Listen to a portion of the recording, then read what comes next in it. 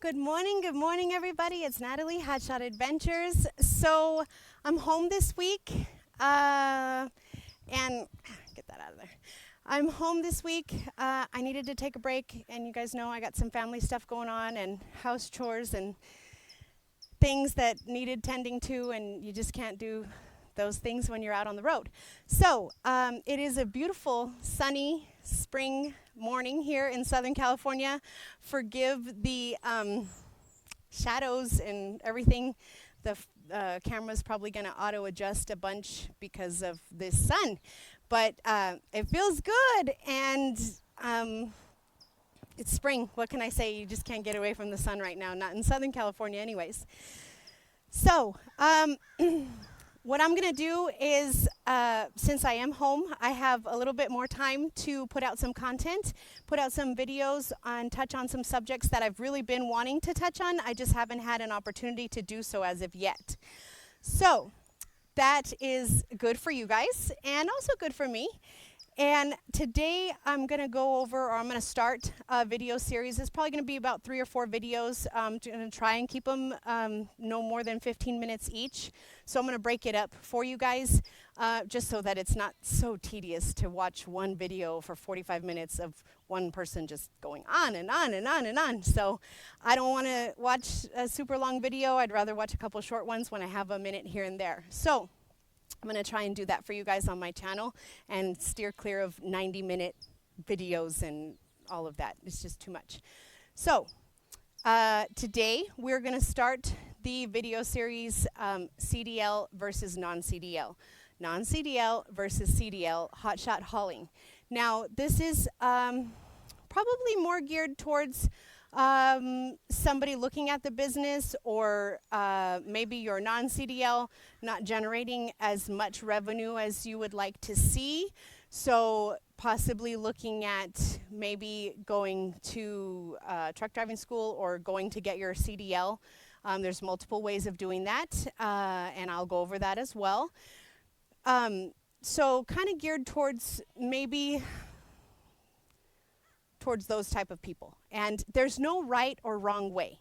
And it's not, I'm not here to tell you do this, you do that, this is right and this is wrong and you have to do this. And I'm not here for that, you guys. It's very simple, okay? I am going to try and bring up some subjects, bring up some things to think about, and bring up some questions to allow your brain to work so that you may change your own mind. You may, I may be giving you some information that makes you feel like, yeah, you know what, this is the way I want to go, and this is correct for me.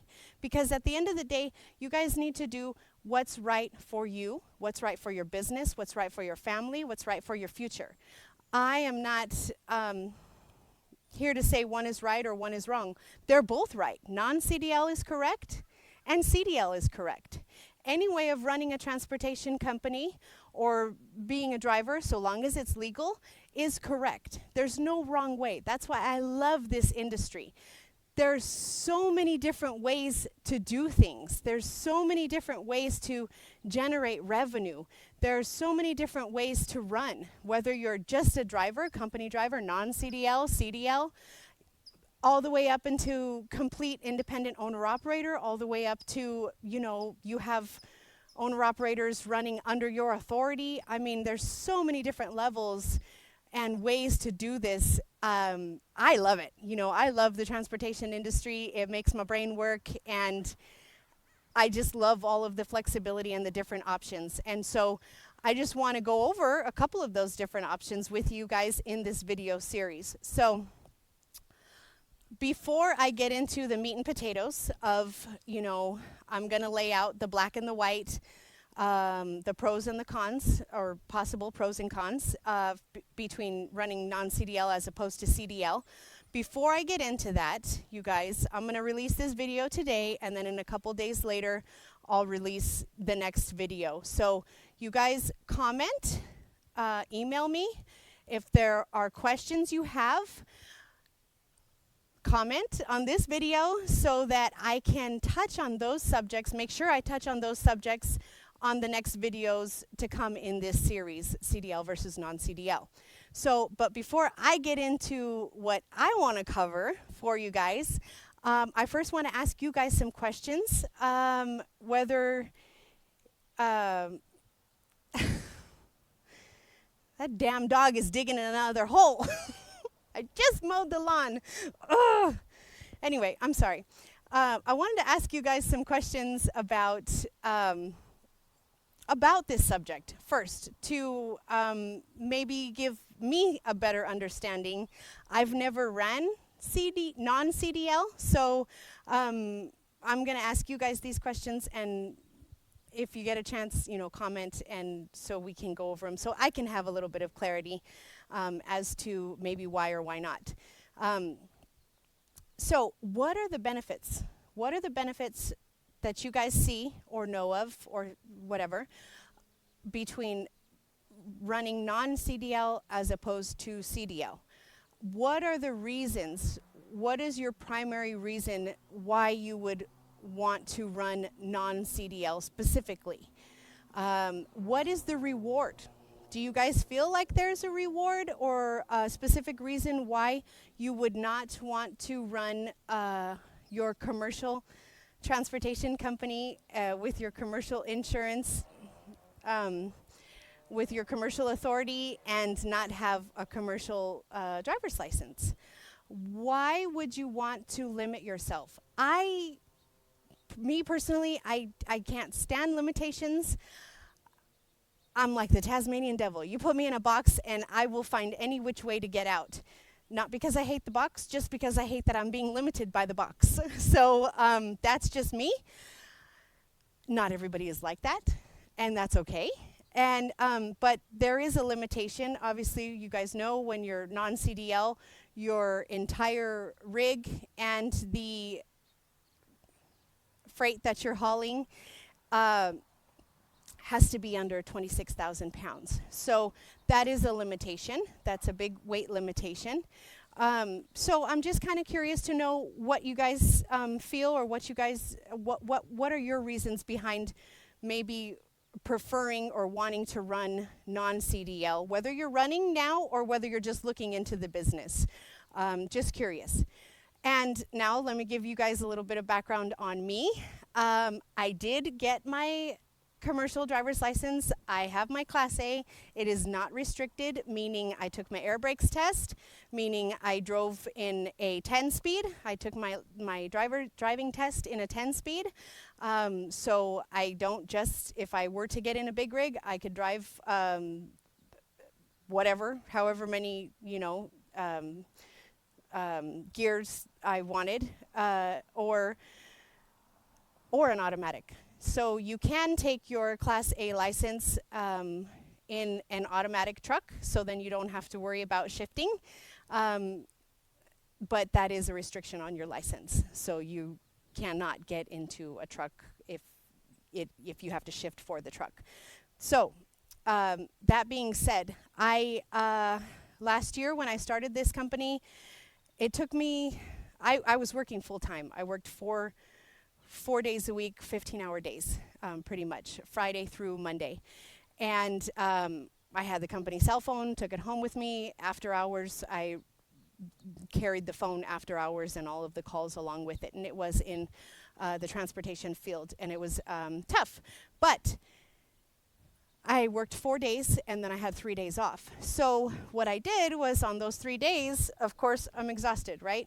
No, you got to get up, you got to take the kid to school, and then you got to go to school. And I went to truck driving school. And so many days I was so frustrated, right? It took me almost a full year from the point that I took my written tests to the point that I actually got my license, after the actual driving test. So it took me almost a year. Those of you who have gotten your CDL permit, it's good for, at least in California, it's good for 6 months. And then if you want another 6 months, you have to go back to the DMV and get like a renewal. And I had to do that because after 6 months, I was working full time, taking care of my daughter. And trying to go to truck driving school. And the reason why I wanted to go to truck driving school was because I've touched on it before in other videos. I knew I wanted to start my own transportation company. I knew the different avenues that I wanted to kind of branch out into, right? And I knew I wanted to start specifically with hotshot hauling. I felt that it would be more comfortable. I felt that it would be more feasible. I felt that the mechanics and the maintenance of a one-ton truck would be better for me than going straight into a big rig. And so I had, I had those reasons. But I knew that if hotshot hauling did not generate enough revenue for me, I knew that I needed a license ready for me, because if I needed to upgrade to a big rig, I needed to be ready for that like right away. So that was my reason behind it.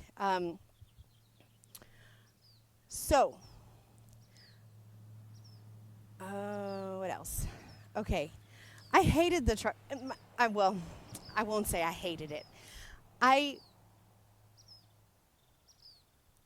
had a tough time at times going to truck driving school, okay? It's not the easiest place to hang out in. Usually truck driving schools have more students, 3 to 4 times or more students than they have trucks available to practice in, and that was the case with me.